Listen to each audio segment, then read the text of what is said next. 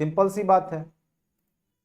आप बीपीएससी के प्रशासनिक अधिकारी बनते हैं तो प्री होता है, मेंस होता है, इंटरव्यू में जाते हैं, 3 सेक्शन आप वहां पे क्लियर करके जाते हैं, तब जाकर के आपकी सैलरी 55 से 60 होती है। और ऐसे भी आपको 55-60 मिल रहा है 10+2 वालों का, या 50 के अराउंड मिल ही रहा है, मात्र 5,000-6,000 कम है ना। तो वो क्वालिटी खोजेगा, निश्चित तौर पे खोजेगा, ठीक है। क्योंकि आप इंप्लॉय बनने जा रहे हैं तो वो ज्यादा से ज्यादा योग्य इंप्लॉय खोजेगा। अगर आपसे आप में योग्यता होगी तो आप उसको लीजिएगा, नहीं अगर आप लोग सब में योग्यता होगी तो वो 60,000 लोगों को ही पास कर देगा, 50,000 लोग को ही पास कर देगा। अगर 10,000 योग्य होंगे टोटल, अगर 2 लाख 4 लाख में, तो 10,000 का ही वो रिजल्ट देगा, इतना जान लीजिए। वो सीट है 1,70,000, लेकिन इसका मतलब ये नहीं है कि आपको सबको ले लेगा। आप उसके योग्यता में आइएगा, 40% लाइएगा तभी आपका नंबर आएगा, मिनिमम बता रहे हैं, ठीक है। तो इसीलिए अच्छे से पढ़िए, और बहुत ही ढंग से हमने बताया है, जब आप एग्जाम में बैठेंगे फिर आपको अनुभव होगा, ठीक है। चलिए शुरुआत करते हैं। थ्योरी पढ़िए, उसके बाद ऑब्जेक्टिव सेट बनाइए। देखिए एक भी क्वेश्चन नहीं छूटेगा, सारा बन जाएगा जो पूछने लायक है। और 2-4-5 क्वेश्चन आप कितना भी कर लीजिए, होता है ना डिटॉल का भी प्रचार करता है तो 2-3 जो है वो पिल्लू छूट ही जाता है, तो उसी प्रकार 2-4 क्वेश्चन भी छूट जाएगा, ठीक है। और हम कितना भी सबको पढ़ा ले तो 2-4 स्टूडेंट्स ऐसे होंगे जो उल्टा पुल्टा बोलेंगे, तो हम लोग को पता है ना कि 100% इफिशियंसी नहीं हो सकता, ठीक है। आप काम कर सकते हैं 99% तक, 1% आपसे एरर हो ही जाता है, ठीक है। चलिए, भारतीय संविधान में मूल अधिकारों के साथ साथ मूल कर्तव्यों को भी स्थान प्राप्त है। देखिए जिस प्रकार से भारतीय संविधान में मौलिक अधिकार दिया गया, तो मौलिक अधिकार क्यों दिया गया? आपके पिताजी के संपत्ति में आपको अधिकार दिया जाता है, ना, बोलते हैं हम उनके पुत्र हैं तो हमारी संपत्ति हुई। तो संपत्ति जब आपकी हुई तो कर्तव्य भी तो कुछ बनता है, दायित्व बनता है। जब आपके माता पिता वृद्ध होते हैं तो उनकी सेवा भी करना तो आपका दायित्व बनता है। तो केवल आप अधिकार खोजेंगे और कर्तव्य नहीं करेंगे तो वो क्या हो जाता है, एक दूसरे में निरंकुशता पैदा करता है। तो भारतीय संविधान में शुरुआत में केवल मौलिक अधिकार ही दिए गए थे। जब संविधान का निर्माण हुआ था तो केवल और केवल मौलिक अधिकार ही दिए गए थे, लेकिन आगे चल करके, ठीक है, आगे चल करके आपको मौलिक कर्तव्य को इंक्लूड किया गया। और सबसे पहले पूरे विश्व में मौलिक कर्तव्य देने वाला आपका कम्युनिस्टवादी देश ही है, समाजवादी साम्यवादी देश आपका रूस। सबसे पहले उसी ने अपने संविधान में मौलिक कर्तव्य को जोड़ा था, ठीक है। और भारत ने भी वहीं से देख करके, रूस चूंकि हमारा पुराना मित्र है हमारे देश का, तो हमने वहीं से देख करके अपने संविधान में भी मौलिक कर्तव्य को इंक्लूड किया। चूंकि केवल अधिकार से काम नहीं चलेगा, आपका कुछ उत्तरदायित्व बनता है देश के प्रति, ठीक है। तो वो यहां पे हम लोग आज चर्चा करेंगे।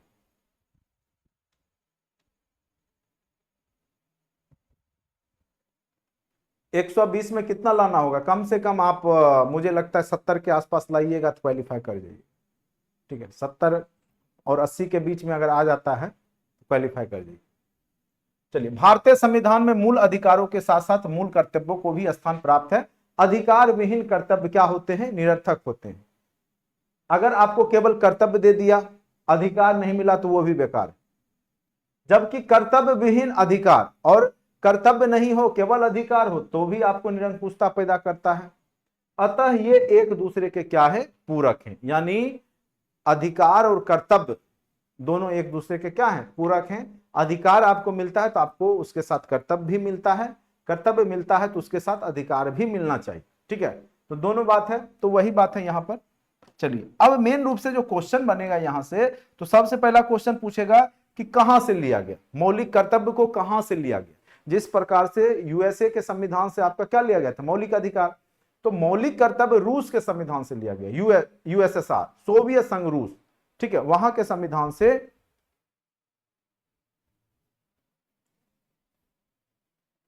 देखिए, गर्ल्स हो चाहे मेल हो, ठीक है, तो दोनों को मुझे लगता है, देखिए 40% तो न्यूनतम लगभग, तो 50 के आसपास तो न्यूनतम ही मानिए, तो 70 के अराउंड, मतलब 80 के अराउंड पुरुष वर्ग का, 75 और 80 के बीच में महिला का, 65 से 75 के बीच में ही देखिएगा रिजल्ट जाएगा, ठीक है। भारतीय संविधान निर्माण के समय मूल कर्तव्य शामिल नहीं थे। पहले हमने बता दिया कि जब संविधान बना था तो उस समय आपके संविधान में मूल कर्तव्य नहीं थे। इसको कब जोड़ा गया? बहुत बाद में। 42वां संविधान संशोधन अधिनियम, और उस समय सिफारिश किसने किया था? तो स्वर्ण सिंह समिति।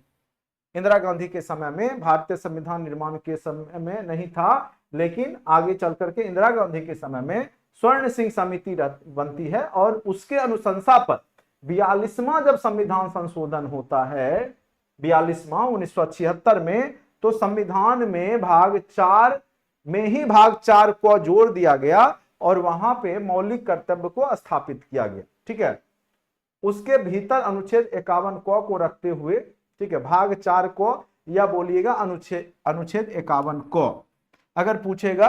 देखिए 36 से 51 हमने पिछले क्लास में बताया था, डीपीएसपी का पार्ट है, राज्य के नीति निर्देशक तत्व। 36 से 51 तक हमने अच्छे से आपको चर्चा किया था। जो लोग क्लास नहीं किए हैं तो आप देख सकते हैं, आपके लाइव सेशन में भी रिकॉर्डेड होगा, और साथ साथ आपके कंटेंट सेक्शन में भी आपको मिल जाएगा, कहीं पे होगा डीपीएसपी, उसको देख लीजिएगा। तो 36 से 51 तक हम लोग अनुच्छेद अच्छे से पढ़ लिए थे। ये है आपका 51 क में, किसमें है? तो 51 क में। तो उस समय 51 क में जोड़ा गया कब? 1976 में, 42वां संविधान संशोधन में, और उस समय मौलिक कर्तव्यों की संख्या 10 दी गई।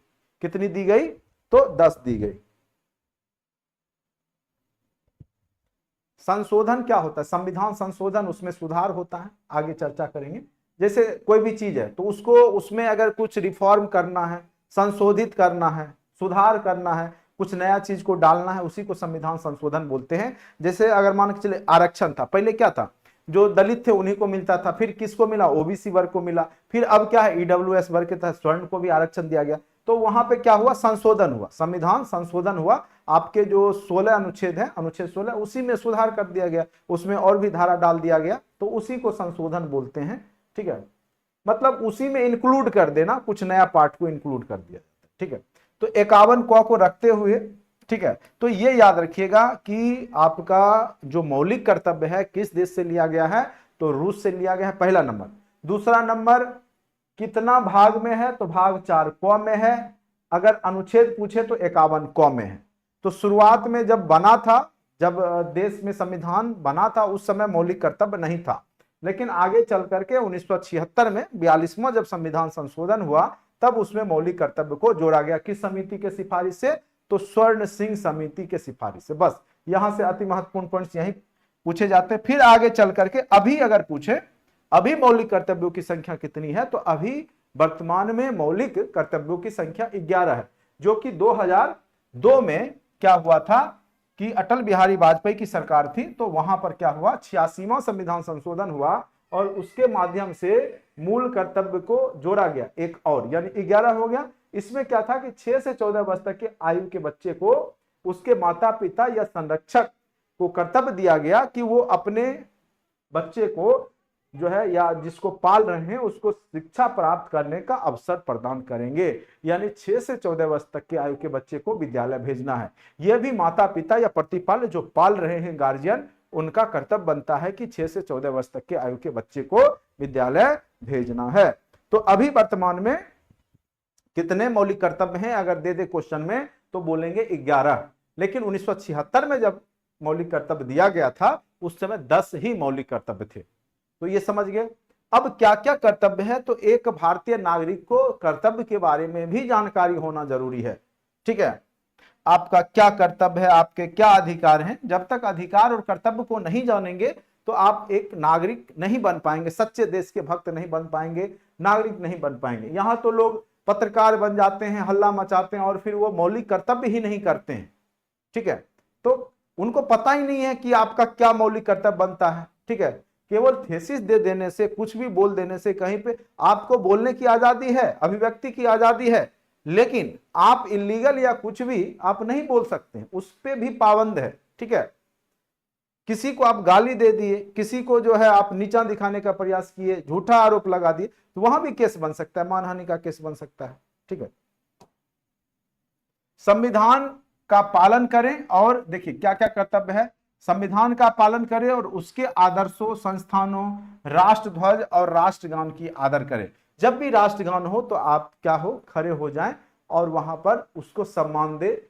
जो भी आपके संस्थान हैं, राष्ट्रध्वज है, जो भी है आपके देश में, उसको आपको आदर के दृष्टि से देखना है। ठीक है। दूसरा, स्वतंत्रता के लिए हमारे राष्ट्रीय आंदोलन को प्रेरित करने वाले जो उच्च आदर्श थे उनको हृदय में संजोए रखना है और उनका पालन करना है। यानी जो भी लोग थे जो स्वतंत्रता संग्राम में पार्टिसिपेट किए, चाहे महात्मा गांधी हो, पंडित नेहरू हो, भगत सिंह हो, चाहे आप जिसको भी मान रहे हैं, तो उनके जो उच्च आदर्श हैं तो उसको भी आपको फॉलो करना है, अपमानित नहीं करना है, किसी को नीचा नहीं दिखाना है, जो भी आपके महापुरुष हैं उनको।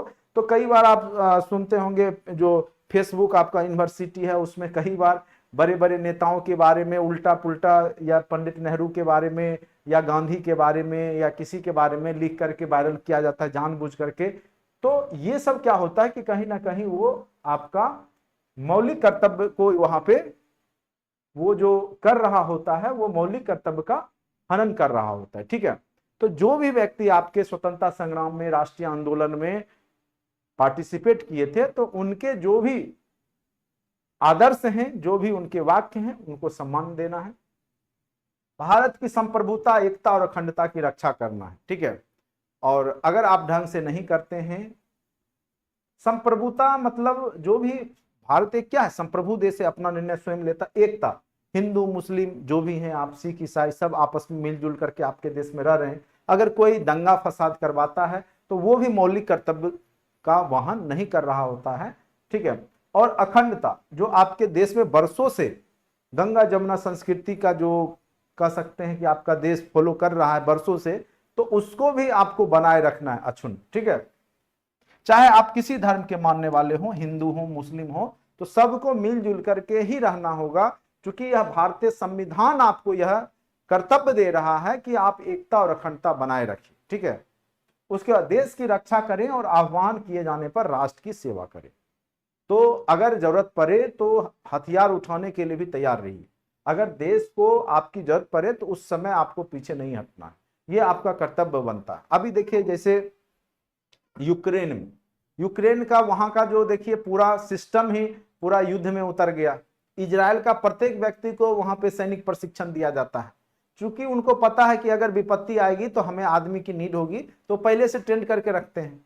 तो उसी प्रकार से आपके देश में भले ट्रेनिंग नहीं दिया जाता है, लेकिन देश की आह्वान पर जरूरत पड़ने पे आप तैयार रहना पड़ेगा आपको। ठीक है। चलिए, उसके बाद भारत के सभी लोग आपस में समरसता, भाईचारा की भावना का क्या करें, निर्माण करें। कभी भी नफरत, दंगा, ये सब फसाद, ये सब नहीं करना है। उसके बाद हमारी जो गौरवशाली संस्कृति है उसको भी आपको समझना होगा, उसके महत्व को समझना होगा और उसको बचा करके रखना होगा। ठीक है। गौरवशाली परंपरा, जैसे अतिथि देवो भव, हमारे यहाँ क्या है, अतिथियों को देवता के समान माना जाता है। अब कोई नेपाल का टूरिस्ट आया, कोई विदेश चाइना का आया और उसके साथ हमने यहाँ पे मारपीट कर दिया, गलत किया, तो वो क्या हुआ कि आपके परंपरा के विरुद्ध हो जाएगा। ठीक है। तो वो भी आपको कर्तव्य निभाना पड़ेगा। अगर कोई हमारे परंपरा या हमारी संस्कृति में आए हैं, बाहरी लोग हैं, तो उनको भी हमें इज्जत, प्रतिष्ठा और सम्मान के साथ देखना होगा। ठीक है। प्राकृतिक पर्यावरण तथा जीव जंतुओं की भी रक्षा करना है। चलते फिरते आप लोग जो है जानवरों को इधर उधर मारपीट देते हैं, तो वो सब नहीं करना है। जीव जंतुओं की भी रक्षा करना है और साथ साथ प्राकृतिक जो पर्यावरण है आपके आसपास, पेड़ पौधा, जैसे 5 जून बीत गया, ठीक है, तो पेड़ पौधा भी लगाना है। देख रहे हैं कितना टेम्परेचर बढ़ते जा रहा है, कब तक आप बच पाइएगा। एक समय ऐसा आएगा इतना टेम्परेचर हो जाएगा कि खुद ब खुद पृथ्वी जलना शुरू हो जाएगा। ठीक है। तो ये दिनों दिन आप देख रहे हैं कितना टेम्परेचर बढ़ रहा है, तो उसके पीछे रीजन क्या है कि हमने प्राकृतिक पर्यावरण को बचाया नहीं। ठीक है। वैज्ञानिक दृष्टिकोण, मानववाद और ज्ञानार्जन और सुधार की भावना। तो हर एक चीज में आपका दृष्टिकोण कैसा होना चाहिए, वैज्ञानिक दृष्टिकोण होना चाहिए। अंधविश्वास जो होता है ये सब में आपको विश्वास नहीं करना होगा। आपकी दृष्टिकोण जो होनी चाहिए वो वैज्ञानिक परख के साथ तार्किक होनी चाहिए। ठीक है। उसके बाद मानववाद, मानवता केंद्र में होनी चाहिए। मानव का किस प्रकार से कल्याण हो, धर्म नहीं, ना ही कोई मजहब, बल्कि मानवतावाद आपके केंद्र में होना चाहिए। आप ऐसा काम कीजिए जो जाति धर्म से ऊपर हट करके मानव के कल्याण की बात करे। ठीक है। उसके बाद ज्ञान अर्जन, आपको भी अपने लिए ज्ञान अर्जित करते रहना है। जब ज्ञान अर्जित करेंगे तभी आप एक सफल नागरिक बनेंगे। सुधार की भी भावना का विकास करना होगा। अपने अंदर भी जो कमियां हैं, जो गलतियां हैं, खामियां हैं, उसको सुधारना है उसको दूर करना है। तो ये सब आपका खुद का कर्तव्य है, ठीक है। और जब आप कर्तव्य करेंगे तो अपने आप में आपका जो है प्रतिष्ठा सामाजिक रूप से, ठीक है, आपके परिवार में, आपके समाज में बढ़ना शुरू हो जाएगा और देश में भी आपका सम्मान बढ़ जाएगा। बस इसको आप ध्यान में रख के कोई काम कीजिए, देखिए आपकी प्रतिष्ठा समाज में भी बढ़ेगी, गांव में भी बढ़ेगी, साथ साथ शहर या जो भी जहां पे भी जिस एरिया में वहां पे बढ़ेगी। उसके बाद सार्वजनिक संपत्ति को सुरक्षित रखें और हिंसा से दूर रहे। यानी जो भी आपकी सरकारी संपत्ति है, जैसे अस्पताल है, स्कूल है, विद्यालय है, कुछ भी है, या रेलवे है, तो वो सबको आपको बचा के रखना है। ये नहीं कि लिखा रहता है कि ये आपकी संपत्ति है तो उसको आप घर पे उठा के ले जाइए, ठीक है। आपको क्या करना है कि उसको सुरक्षा देना है और हिंसा से दूर रहना है, किसी भी प्रकार का हिंसात्मक गतिविधि से आपको दूर रहना है, नहीं तो फिर फंस जाइएगा मामले। व्यक्तिगत और सामूहिक गतिविधियों के सभी क्षेत्रों में उत्कर्ष की ओर बढ़ने का सतत प्रयास करें, जिससे राष्ट्र, देखिए आप बढ़िएगा तभी आपका क्या होगा, राष्ट्र बढ़ेगा। तो ये क्या बोला करता है, आप खुद बढ़िए ना, पहले आप देखिए, अभी आप टीचर बन रहे हैं और पढ़ने से भाग रहे हैं, तो सबसे जरूरी है कि पहले आप टीचर बनिएगा तो पहले आप योग्यता हासिल कीजिए, तभी जब आप पढ़ाइएगा क्लास में तब आपका योग्य बच्चा होगा। जो बच्चा जो पढ़ेगा आपसे तब योग होगा, उससे क्या होगा, योग्यता आएगी बच्चों में तो वो राष्ट्र का निर्माण होगा। सभी एक दूसरे से क्या होते हैं, जुड़े होते हैं, ठीक है। माता पिता या संरक्षक का यह कर्तव्य होगा, ये लास्ट में जोड़ दिया गया कि 6 से 14 वर्ष तक के आयु के बच्चे को क्या करना है कि विद्यालय में शिक्षा प्राप्त करने का अवसर देना है, उन्हें काम में नहीं लगाना है।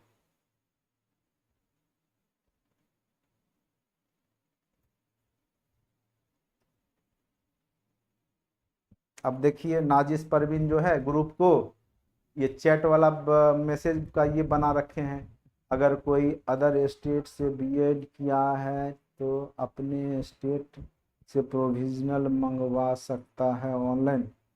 ये सब के लिए बहुत सारे लोग हैं, उन सब से पूछ लीजिए, क्लास में पढ़ाई कीजिए, अभी पढ़िएगा नहीं, कल के डेट में फिर जब क्वेश्चन आएगा तो फिर बेंच कुर्सी गिनिएगा वहां। चलिए, आप लोग को इतना समझा रहे हैं फिर भी आप लोग मतलब छोटे बच्चे की तरह हरकत करते हैं, जबकि आप लोग सीनियर सिटीजन होंगे, ठीक है, सबकी एज 25 प्लस ही होगी मुझे पता है, ठीक है, और आप लोग बच्चों की तरह हरकत कर रहे हैं। अरे सर्टिफिकेट मैं बता रहा हूं, सर्टिफिकेट का कोई टेंशन ही नहीं है, ठीक है, हमने 2 बार बीपीएससी में डॉक्यूमेंट वेरिफिकेशन करवाया है, उसमें कुछ नहीं है। अगर आपके पास नहीं भी रहता है ना, फिर भी आप एप्लीकेशन डाल करके उसको छोड़ दीजिए, कहीं कोई दिक्कत नहीं है, पहले एग्जाम तो पास कीजिए पहले। अब तो ये आने दीजिए ना नोटिफिकेशन, क्या डॉक्यूमेंट जब भी लगेगा तो आपके पास होने के बाद ही ओरिजिनल डॉक्यूमेंट लगता है, इतना जान लीजिए, पहले आपका ओरिजिनल कुछ नहीं लगने वाला। चलिए, मौलिक कर्तव्य को प्रभावी बनाने के उपाय, 3 जनवरी को मौलिक कर्तव्य दिवस के रूप में, तो मौलिक कर्तव्य को प्रभावी बनाने के लिए देश में क्या किया गया है, ठीक है, किसका 19 एज है, झूठ बोल रहे हैं सब लोग।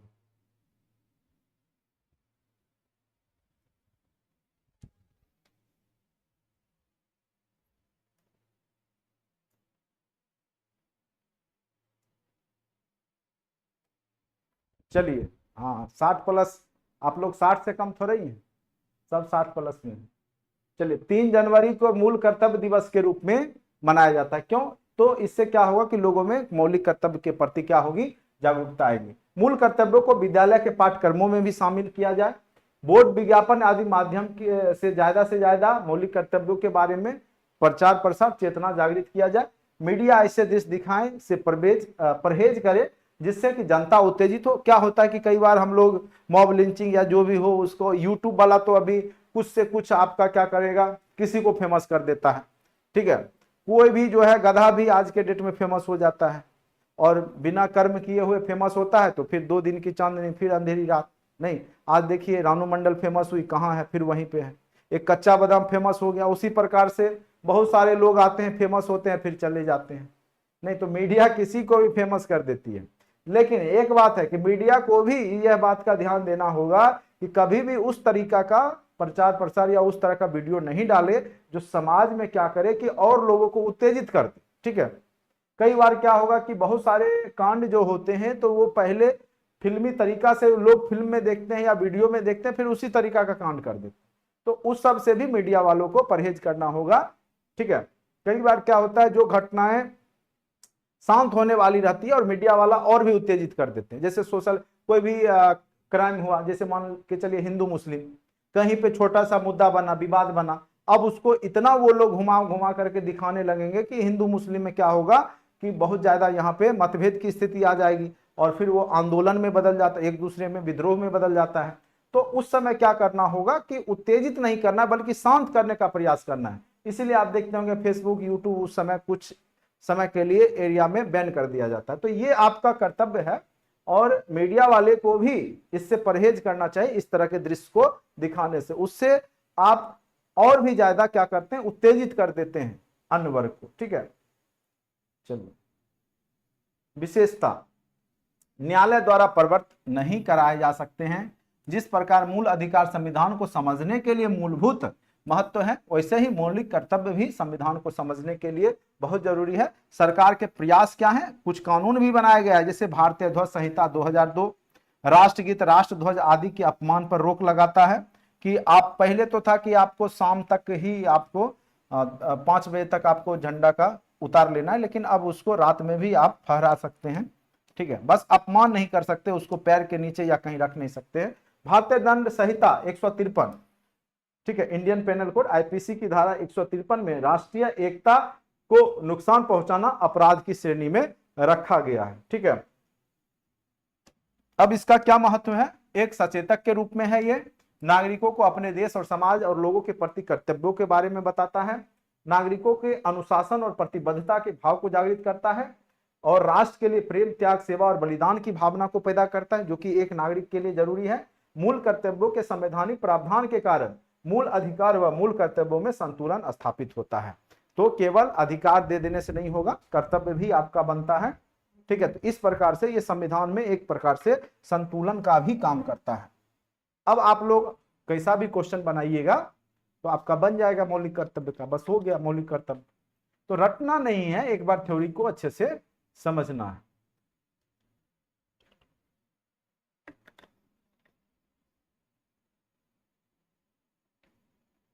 क्या आप लोग समझ चुके हैं, मौलिक कर्तव्य समझ गए? जीके जीएस वाले में टेस्ट होगा तो अपना लगा लीजिएगा सब लोग, या लूसेंट का ऑब्जेक्टिव बुकर होगा तो बना लीजिएगा, जो भी हो, या ऐप भी डाउनलोड कर लीजिए लूसेंट का, वो सब से भी क्वेश्चन बहुत ज्यादा लड़ जाते हैं। तो यहां पे हमने देखा कि मेन रूप से कि मौलिक कर्तव्य कहां से लिया गया, तो मौलिक कर्तव्य को रूस के संविधान से लिया गया। ठीक है, कब लिया गया, तो 1976 में लिया गया, केमा संविधान संशोधन में, 42वां संविधान संशोधन में। किस समिति के सिफारिश से, तो स्वर्ण सिंह के समिति के सिफारिश से। अभी वर्तमान में मौलिक कर्तव्यों की संख्या कितनी है, 11 है। और जो 11वां है कब दिया गया, तो 2002 में 86वां संविधान संशोधन के तहत 6 से 14 वर्ष तक की आयु के बच्चे को विद्यालय भेजना। ये क्वेश्चन निश्चित तौर पे पूछेगा 6 से 14 वाला। ठीक है, ये टीचर के लिए अच्छा जरूरी है।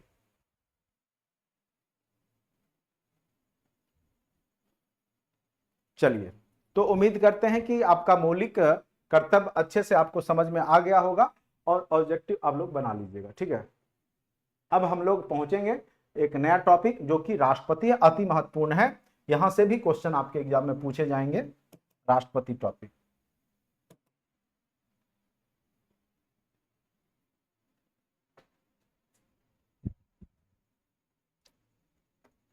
क्रॉ के बुक ऑब्जेक्टिव। चलिए, क्या मौलिक कर्तव्य अच्छे से समझ लग गया?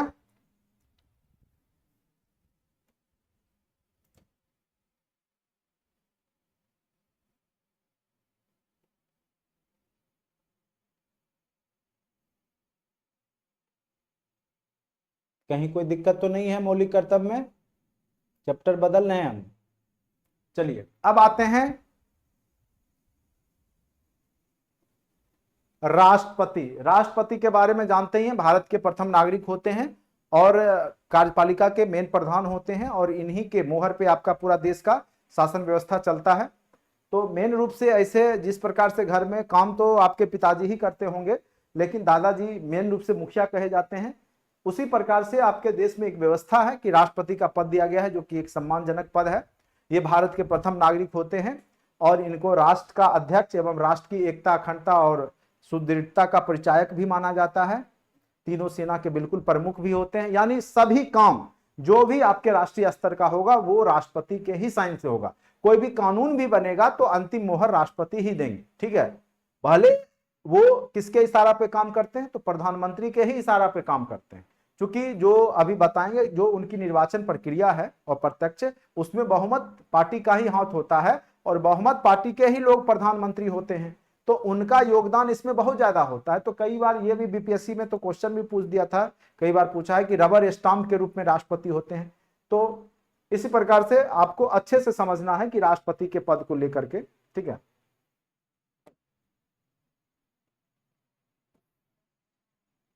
भारत का राष्ट्रपति भारत का प्रथम नागरिक होता है, अच्छे से समझिएगा, ठीक है। यह राष्ट्र का राष्ट्र अध्यक्ष एवं राष्ट्र की एकता, अखंडता और सुदृढ़ता का परिचायक होता है। भारतीय संविधान में संघ की कार्यपालिका की शक्तियां राष्ट्रपति को ही प्राप्त है, किंतु वास्तविक शक्तियां, अब देखिए वास्तविक शक्ति किसको प्राप्त है, प्रधानमंत्री और मंत्रिपरिषद को, लेकिन संवैधानिक रूप से संघ की कार्यपालिका शक्तियां किसको मिला हुआ है, राष्ट्रपति को। वास्तविक शक्ति किसको मिला हुआ है, प्रधानमंत्री और उसके मंत्रिपरिषद को।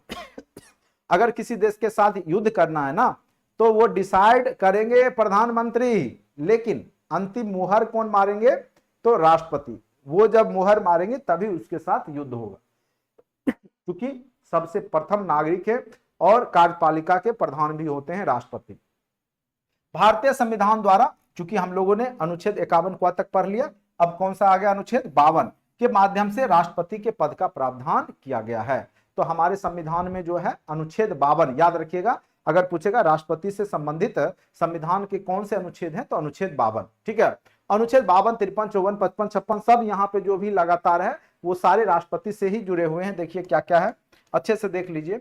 अनुच्छेद 52 क्या बोलता है, भारत का एक राष्ट्रपति होगा, क्या होगा, भारत का एक राष्ट्रपति होगा, और इसी में पूरे संघ की समस्त कार्यपालिका की शक्ति इसी में निहित होगी। यानी अनुच्छेद 53 क्या बोलता है कि संघ की समस्त कार्यपालिका की शक्तियां, देखिए एक होता है विधायिका, दूसरा होता है कार्यपालिका, तीसरा होता है न्यायपालिका। जो प्रशासन के 3 स्तंभ होते हैं, चौथा मीडिया को इसे कहा जाता है, ठीक है। लेकिन यहाँ मेन रूप से आपके 3 ही स्तंभ होते हैं, कार्यपालिका, विधायिका, न्यायपालिका। विधायिका का काम क्या है कि कानून बनाना, कार्यपालिका का काम है सही ढंग से लागू करना, न्यायपालिका का काम है अगर लागू नहीं हुआ तो उसको कानूनी रूप से लागू करवाना, ठीक है। तो यहाँ पर तीनों मिलके ही आपके देश में शासन चलाती है। तो 53 क्या बोलता है कि संघ की समस्त कार्यपालिका की शक्ति किसके पास होगी, तो राष्ट्रपति के पास होगी। अनुच्छेद 54, राष्ट्रपति का निर्वाचन जो होगा उसका एक प्रॉपर अपना निर्वाचक मंडल होगा, जिसके सदस्य जो वोट देंगे तो उनके आधार पर राष्ट्रपति का निर्वाचन होगा, ठीक है। और निर्वाचन एकल संक्रमण या मत पद्धति के आधार पर इनका होता है। अब देखिए इनके निर्वाचक मंडल में कौन कौन लोग रहेंगे, ठीक है, कौन कौन सदस्य होते हैं वो देखिए। सबसे पहले तो लोकसभा और राज्यसभा दोनों के सदस्य होंगे, दोनों सदन, यानी लोकसभा और राज्यसभा दोनों सदन के सदस्य यहां पे रहेंगे। यानी लोकसभा के 543 और राज्यसभा के 233 मनोनीत नहीं रहते हैं, मनोनीत को छाट दीजिए, मनोनीत को हटा दीजिए, ठीक है।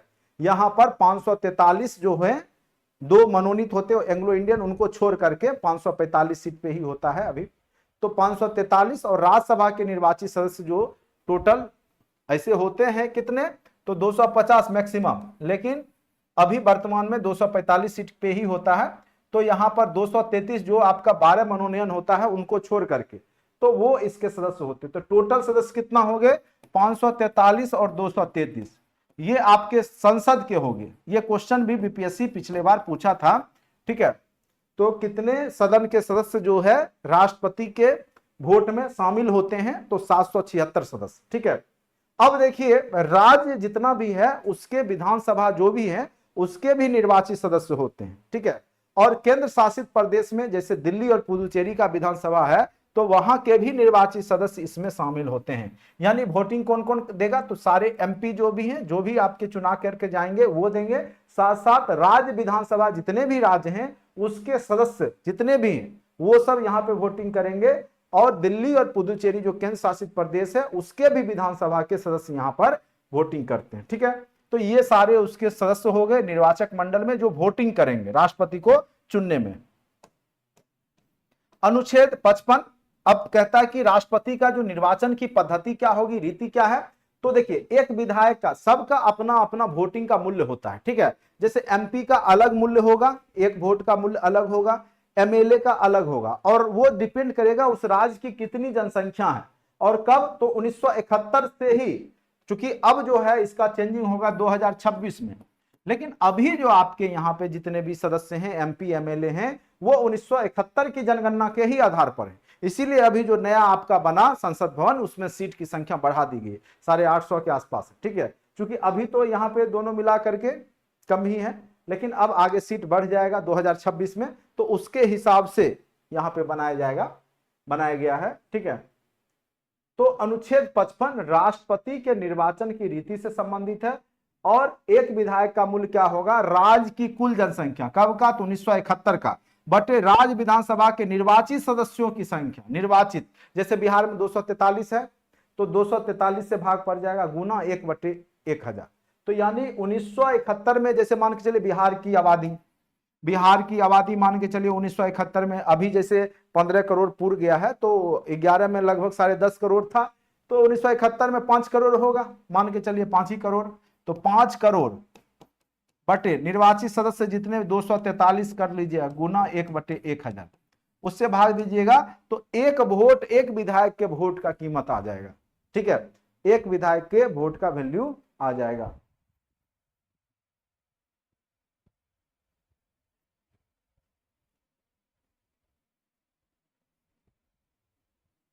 क्या लिख रहे हैं, 250 भर से, राज्यसभा में 233।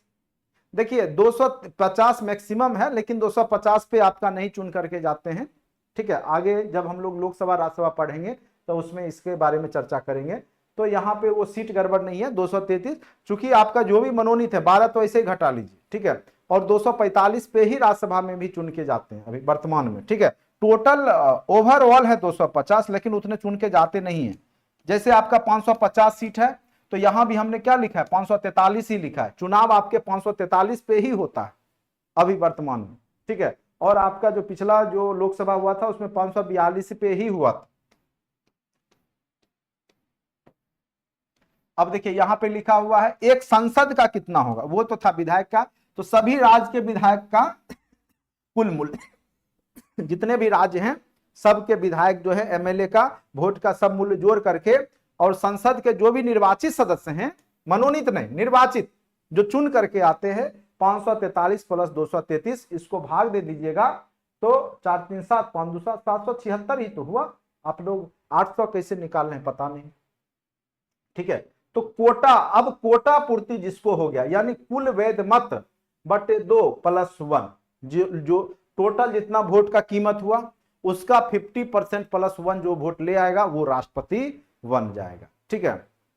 समझ गए। अब वरीयता क्रम कैसे होता है, जैसे यहां पर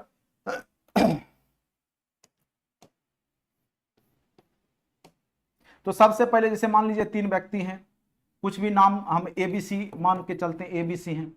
तो पहले का मान के चलिए जब वोटिंग हुआ तो मान के चलिए 10 लोग हैं, 10 लोग में पहले व्यक्ति को, इसमें क्या होता है, रैंक देना होता है कि 1 नंबर पे कितने को रखना है, 2 नंबर पे कितने लोग रखे हैं। जैसे सभी है एबीसी, अगर 3 प्रतिनिधि हैं तो तीनों को वो 10 वोट देंगे, ठीक है। जैसे 1 नंबर पे यहाँ पर पहला व्यक्ति आया तो 1 नंबर पे बी को रख दिया, दूसरा भी व्यक्ति आया तो बी को ही रख दिया 1 नंबर पे, ठीक है। फिर 3 नंबर यहाँ पे दूसरा व्यक्ति, जैसे अब आया कोई तीसरा व्यक्ति आया तो उसने ए को 1 नंबर पे रख दिया, फिर चौथा व्यक्ति आया ए को 1 नंबर पे रख दिया, ठीक है। तो इस प्रकार से, तो अगर फर्स्ट राउंड में ही 50% + 1 वोट हो गया तो जो व्यक्ति 50% + 1 ले आया वो जीत जाता है।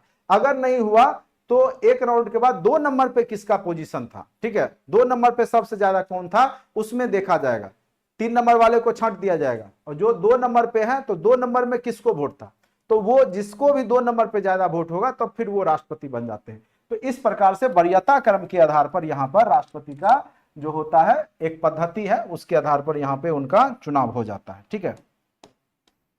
अब आते हैं यहाँ पर, अनुच्छेद 56 राष्ट्रपति के पदावधि कितने होगी, तो 5 वर्ष का होगा, अगर ठीक ठाक रहे तब। ऐसे वृद्ध लोग होते हैं बीच में भी टपक जा सकते हैं, और नहीं तो कुछ हो गया बीमार पड़ गए तब भी, ठीक है, लेकिन अगर ठीक ठाक रहे तो 5 वर्ष। पद ग्रहण करने की तारीख से 5 वर्ष तक इनकी पद अवधि होती है। उसके बाद अनुच्छेद 57 राष्ट्रपति के पद के लिए किसी व्यक्ति को पुनर्निर्वाचन की पात्रता। आपके देश में क्या है कि कोई व्यक्ति कितने बार भी राष्ट्रपति बन सकता है, लेकिन अमेरिका में क्या है कि वहां पर 10 वर्ष से ज्यादा कोई राष्ट्रपति नहीं बन सकता।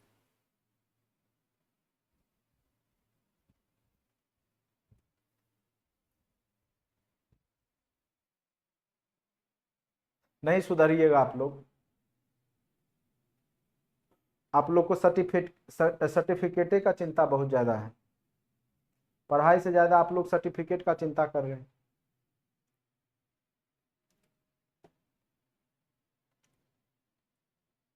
अनुच्छेद 58 राष्ट्रपति के लिए अहर्ताएं होगा यहां पे, ठीक है, अहर्ताएं।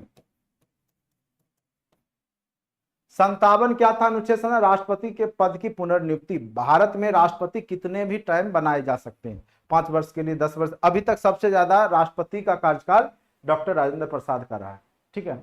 भारत का नागरिक हो, पहला नंबर। दूसरा नंबर 35 वर्ष का आयु पूरा कर चुका, 35 से कम होगा तो आप राष्ट्रपति नहीं बन सकते हैं। उसके बाद लोकसभा और राज्यसभा में निर्वाचन होने की योग्यता हो आपके पास, निर्वाचित होने का। संघ सरकार और राज्य सरकार के स्थानीय प्राधिकरण में किसी भी सार्वजनिक प्राधिकरण में लाभ के पद पे ना हो। आप सरकारी जॉब में नहीं होने चाहिए, किसी लाभ के पद पे नहीं होने चाहिए।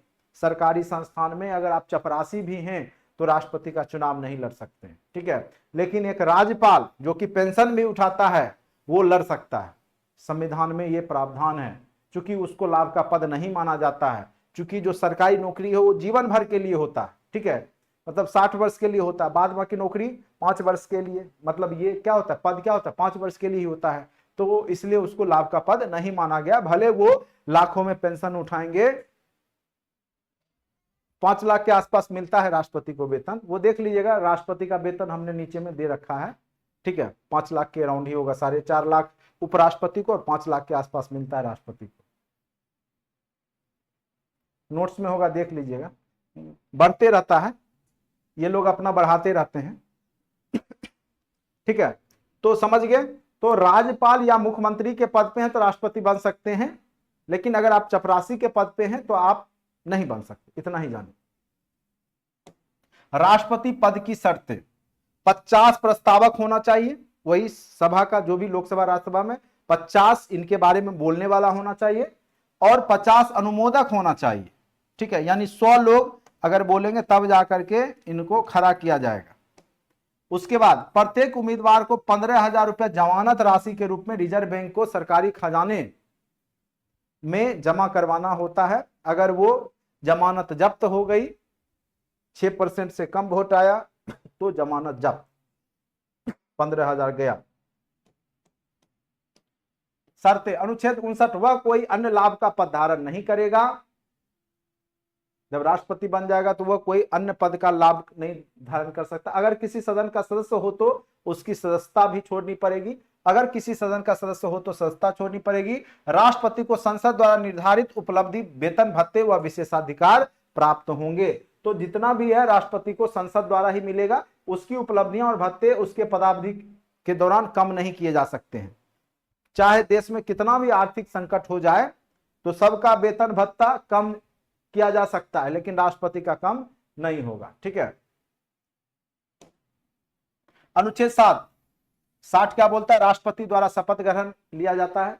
अनुच्छेद 61 राष्ट्रपति पर महाभियोग, अगर राष्ट्रपति अपने कार्य को करने में सक्षम नहीं हो पाते हैं, या वो सही ढंग से नहीं चला पाते हैं देश को, या उन पे आरोप प्रत्यारोप लग जाता है, तो उस स्थिति में उन पे महाभियोग लगाया जा सकता है। भारत में राष्ट्रपति को हटाने का एक प्रावधान दिया गया है कि महाभियोग लगाकर उनको हटाया जा सकता है, ठीक है। राष्ट्रपति, अनुच्छेद 62 क्या कहता है, राष्ट्रपति के पद रिक्ति को भरने के लिए चुनाव कराने का समय, ठीक है, तो प्रत्येक 5 वर्ष पे इनका जो चुनाव होता है वो उसके बारे में अनुच्छेद 62 बोलता है। अब देखिए राष्ट्रपति पे महाभियोग जो लगाया जाता है अनुच्छेद 61 के तहत, उसके तहत क्या क्या होता है देखिए। अनुच्छेद 61 में महाभियोग की चर्चा है। कारण, राष्ट्रपति द्वारा संविधान का उल्लंघन। अगर राष्ट्रपति कोई संविधान का उल्लंघन करते हैं, अपनी कर्तव्य निष्ठा में सही नहीं उतरते हैं, तब उनपे महाभियोग लगाया जाता है और उन पर महाभियोग लगाने से 14 दिन पूर्व उनको सूचना दी जाती है कि आप पर महाभियोग लगने वाला है। नोटिस पर हस्ताक्षर, जो संबंधित सदन है जहां भी यह उनपे महाभियोग लगाया जाता है तो वहां पे कम से कम 1/4 सदस्य जब उनके खिलाफ में आते हैं, राष्ट्रपति के खिलाफ में, तब वहां से वो महाभियोग पारित होता है। ठीक है, आगे मतलब वो आगे जाता है। उसके बाद संसद में प्रस्तुत होता है, किसी भी सदन में हो सकता है, लोकसभा या राज्यसभा में। सदन के जो भी दोनों सदस्य होते हैं, जो भी लोकसभा राज्यसभा, दोनों के 2/3 लोग यानी 66% लोग अगर बोल दिए कि इन पे महाभियोग लगना चाहिए या महाभियोग के साथ हो गए तो राष्ट्रपति को हटाया जाएगा। अगर 2/3 सदस्य नहीं हुए उनके विरोध में तो उनको नहीं हटाया जाएगा। ठीक है, राष्ट्रपति की शक्तियां, अब बहुत सारी शक्तियां हैं, जैसे विधायी शक्ति कानून वाला आपको पता ही है कि जितना भी संसद का सत्र होगा उसको आहूत करना मतलब शुरुआत करना, सत्रावसान करना मतलब समाप्त करना, विघटन करना, बीच में भी अगर आपका राष्ट्रपति शासन लग गया या कुछ भी विघटित हो गया तो वो अनुच्छेद 85 के तहत होता है। ठीक है, तो विधायी शक्ति है इनके पास। संसद में राष्ट्रपति को विशेष अभिभाषण देने का, जब भी आपका आहूत होता है, शुरुआत होता है, तो विशेष अभिभाषण कौन देते हैं? तो राष्ट्रपति ही देते हैं संसद में, लोकसभा या राज्यसभा में। संसद के दोनों सदनों की संयुक्त बैठक, कोई भी विधेयक अगर नहीं पारित हो रहा है दोनों लोकसभा या राज्यसभा में, क्या है कि विधेयक को लेकर के यहाँ पर स्पष्ट नीति नहीं है या दोनों समर्थन नहीं कर रहे हैं और देश के लिए वो कानून बनना जरूरी है, तो उस समय संयुक्त बैठक की बुलावा कौन करेगा? राष्ट्रपति। लेकिन अध्यक्षता लोकसभा स्पीकर ही करेंगे, लोकसभा अध्यक्ष ही करते हैं, लेकिन बुलाएगा कौन दोनों को? तो राष्ट्रपति, दोनों सदन को, लोकसभा और राज्यसभा। विधेयक पर अनुमति अनुच्छेद 11 के तहत यही देते हैं। अध्यादेश जारी करने की शक्ति इनको 123 के तहत है। यानी अंतिम 6 वर्ष में ये इनका, जब आपका लोकसभा या संसद नहीं चल रहा होता है तो लास्ट के 6 महीना इनको अध्यादेश जारी करने की शक्ति रहती है। उसके तहत वो कोई भी कानून देश में लागू कर सकते हैं, बशर्ते उसको फिर 6 महीने के भीतर लोकसभा और राज्यसभा में पारित करना होता है। तो अध्यादेश की शक्ति के माध्यम से ही आपका 370 धारा हटा, सवर्णों को जो रिजर्वेशन दिया गया, ये सब इसी का अनुच्छेद 123 का ही प्रयोग किया गया था। ठीक है, तो कई बार इसको लेकर के विवादित मतलब कहा जाता है कि इसका प्रयोग जो है सत्ताधारी पार्टी अपने हित के लिए करती है। अनुच्छेद 123 ये राष्ट्रपति के माध्यम से करवाती है। जो भी हो, तो अध्यादेश जारी करने की शक्ति अनुच्छेद 123 याद रखिएगा। यानी कोई भी कानून राष्ट्रपति बिना लोकसभा राज्यसभा में पारित हुए 6 महीने तक के लिए लागू कर सकती है, लेकिन 6 महीने के अंदर फिर उसको पारित करना पड़ता है, ये भी याद रखिएगा। अब कार्यकारी शक्ति है। संघ की कार्यपालिका शक्ति राष्ट्रपति में निहित होती है, अनुच्छेद 53 पहले ही बता दिया। सरकार के समस्त कार्यपालिका कृत राष्ट्रपति के नाम से होंगे। अनुसूचित क्षेत्र को घोषित करना एवं उनका प्रशासन का देखरेख करना भी राष्ट्रपति के ही द्वारा होगा। न्यायिक शक्ति आपको पता ही, उच्चतम न्यायालय एवं उच्च न्यायालयों के न्यायाधीशों की नियुक्ति का काम भी इनको है। क्षमादान की भी शक्ति है इनको, अगर किसी को फांसी की सजा मिल गई है तो उसको भी ये क्षमा दे सकते हैं। ठीक है, क्षमादान की शक्ति इनको दी गई है। ठीक है, और एक बात, जब भी राष्ट्रपति कार्यकाल में होते हैं तो उनपे कोई भी किसी भी प्रकार का केस नहीं किया जा सकता है, उनपे किसी भी प्रकार का ये कह सकते हैं कि कानूनी कार्रवाई नहीं हो सकती जब तक वो राष्ट्रपति हैं, क्योंकि उनके पास शक्ति क्या है? क्षमादान की शक्ति। खुद को क्षमा कर लेंगे नहीं तो बच ही जाएंगे, इसीलिए ऐसे वैसा उनको जरूरत नहीं पड़ता है। प्रतिष्ठित पोस्ट है, वो वैसे लोग होते हैं जो बहुत आगे रहते हैं, ठीक है, देश के लिए। ठीक है, तो ऐसी जरूरत ही नहीं पड़ती है उनको, लेकिन इनको क्षमादान की शक्ति है। ये किसी को भी फांसी के सजा को भी माफ कर सकते हैं, कम करा सकते हैं। उच्चतम न्यायालय से सलाह लेने की शक्ति अनुच्छेद 143 के तहत, यानी राष्ट्रपति उच्चतम न्यायालय से सलाह ले सकते। अब कहिएगा कि फिर न्यायपालिका का क्या काम है, सुप्रीम कोर्ट का क्या काम है जब राष्ट्रपति ही कर सकते हैं? देखिए क्या होता है कि कई बार गलतियां हो जाती है सुप्रीम कोर्ट से भी, क्योंकि न्यायालय क्या होता है, कानून अंधा होता है, तो वो सबूतों के आधार पर निर्णय दे देती है। लेकिन कई बार बाद में पता चलता है, जब वो जेल काट रहा होता है, कि इसको किसी ने फंसाया है, वो सबूत मिल जाता है।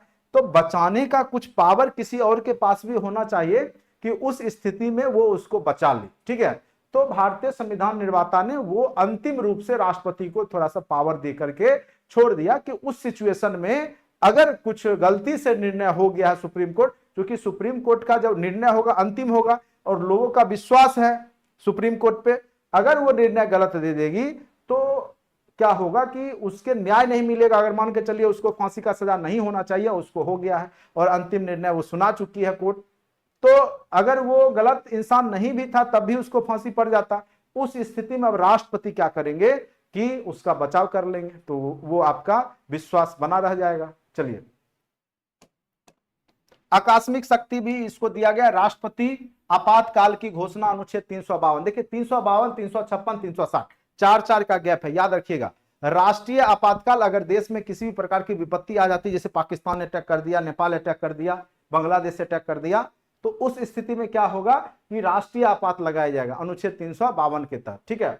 उसके बाद राज्यों में राष्ट्रपति शासन की घोषणा, वित्तीय आपात अनुच्छेद 360। अब देखिए 352 सशस्त्र विद्रोह भी हो गया देश के अंदर, आपस में ही दंगा फसाद होने लगा हिंदू मुस्लिम सिख ईसाई के बीच या कुछ भी, तो उस समय भी आपको राष्ट्रीय आपात लगाया जा सकता है।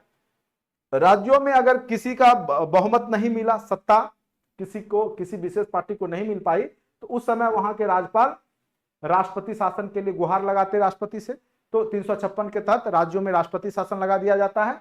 फिर वित्तीय आपात आज तक आया नहीं है, ठीक है। जब देश की आर्थिक स्थिति चरमरा जाएगी उस स्थिति में 360 को लगाया जा सकता है। तो तीनों आपातकाल के ही सिचुएशन है, आकस्मिक की शक्ति ही है जो कि राष्ट्रपति के द्वारा ही दिया गया है। चलिए अब आते हैं वित्तीय शक्ति। वित्तीय शक्ति में धन विधेयक राष्ट्रपति के पूर्वानुमति से ही संसद में प्रस्तुत होगा अनुच्छेद 110 के तहत। वार्षिक वित्तीय विवरण जो बजट पेश होता है अनुच्छेद 112 के तहत, वो भी राष्ट्रपति ही करवाते हैं। राष्ट्रपति की पूर्वानुमति से ही आकस्मिक निधि से, जो भी आपका फंड आकस्मिक निधि में रखा रहता है जमा, देश को जरूरत पड़ने पे अनुच्छेद 267 के तहत राष्ट्रपति ही उससे निकलवा सकते हैं फंड को। और वित्त आयोग का गठन भी अनुच्छेद 280 के तहत राष्ट्रपति ही करते हैं। अब आइए अन्य शक्ति में, अंतरराष्ट्रीय संधि एवं समझौता राष्ट्रपति के ही नाम से संपन्न होगा। भारतीय सेना का सर्वोच्च कमांडर भी यही होंगे। अंतरराष्ट्रीय मंचों और मामलों पे भी भारत का प्रतिनिधित्व करेंगे। राजदूतों और उच्चायुक्त को भी विदेश भेजने का काम यही करेंगे, या जो आएंगे उसको स्वागत भी करेंगे। उसके बाद इनको वीटो की शक्ति भी है, ठीक है। वीटो निलंबन, वीटो विधेयक की को आपत्तियों सहित संसद में पुनर्विचार हेतु भी वापस भेज सकते हैं, ठीक है।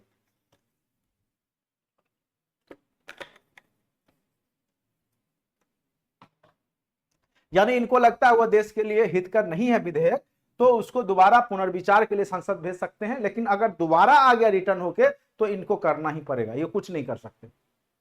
अत्यंतिक वीटो, विधेयक पर अपनी राय सुरक्षित रखना। ये क्या करेंगे, उस विधेयक को पास नहीं करेंगे। एक होता है पॉकेट वीटो, विधेयक पर कोई निर्णय नहीं करेंगे, जेबी में रख लेंगे पॉकेट वीटो। यानी जेल सिंह, एक डाक विभाग का कोई था विधेयक, उस केस में इन्होंने पॉकेट वीटो का प्रयोग कर लिया था, ठीक है। यानी जेल सिंह जब राष्ट्रपति थे। राष्ट्रपति को क्षमादान की शक्ति हमने बता ही दिया।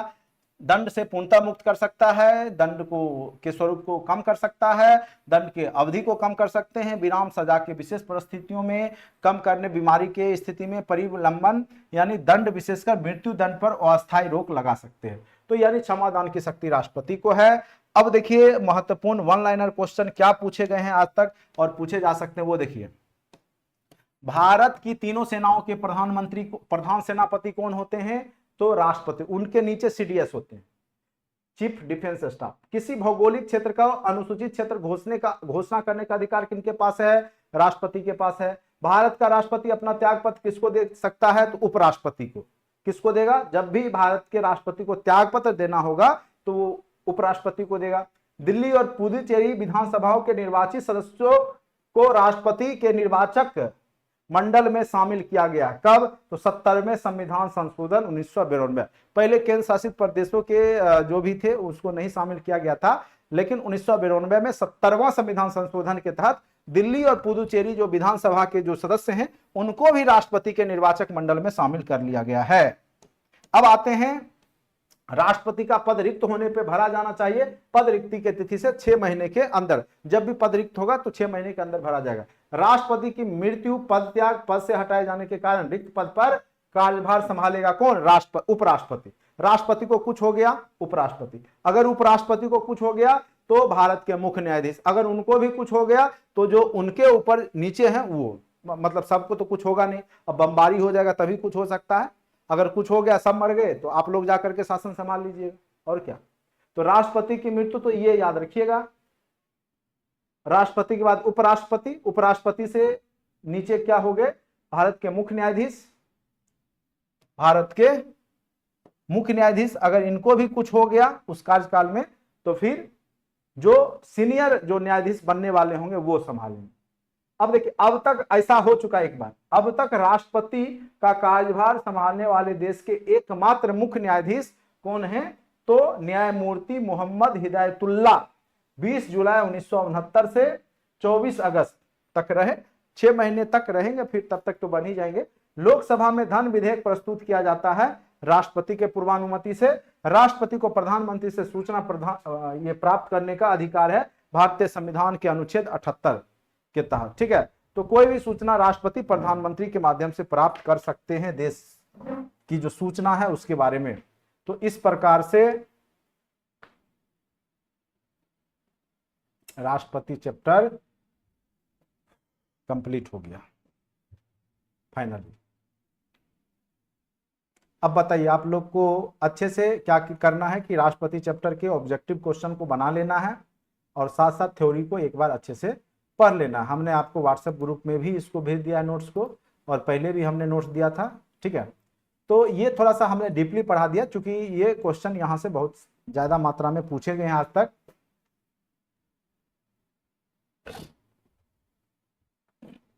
बिट्टो है कि आप मतलब आप कानून को जो भी संविधान बनने वाला है उसको पारित नहीं किए या दोबारा रिटर्न कर दिए, पावर है एक प्रकार से।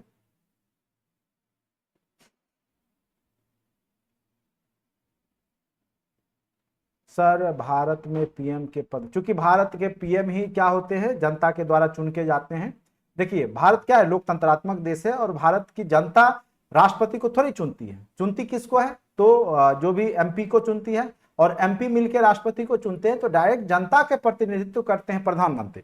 इसीलिए भारत में प्रधानमंत्री को ज्यादा वैल्यू दिया जाता है क्योंकि भारत में जनता का शासन है, लोकतंत्र है, और लोकतंत्र से जो है चुन करके, जनता से चुन करके एमपी जाते हैं और एमपी ही होते हैं जनरली प्रधानमंत्री, इसीलिए, ठीक है। टेस्ट व्हाट्सएप पे डाल दें तो आप लोग ऐप में जाके टेस्ट दिया कीजिए, व्हाट्सएप पे लिंक डालने से फिर आपको सॉल्यूशन नहीं मिलेगा, फिर छटपटाइएगा आप लोग। तो अंदर में जाइए ऐप में, कंटेंट में नीचे में आपका अच्छे से बनाया हुआ है, ठीक है। अरे आप वो भी पढ़ सकते हैं, ये भी पढ़ सकते हैं, आपको ग्रुप में भेज दिया गया है जो इच्छा है, ठीक है। ये थोड़ा डीपली हमने बता दिया।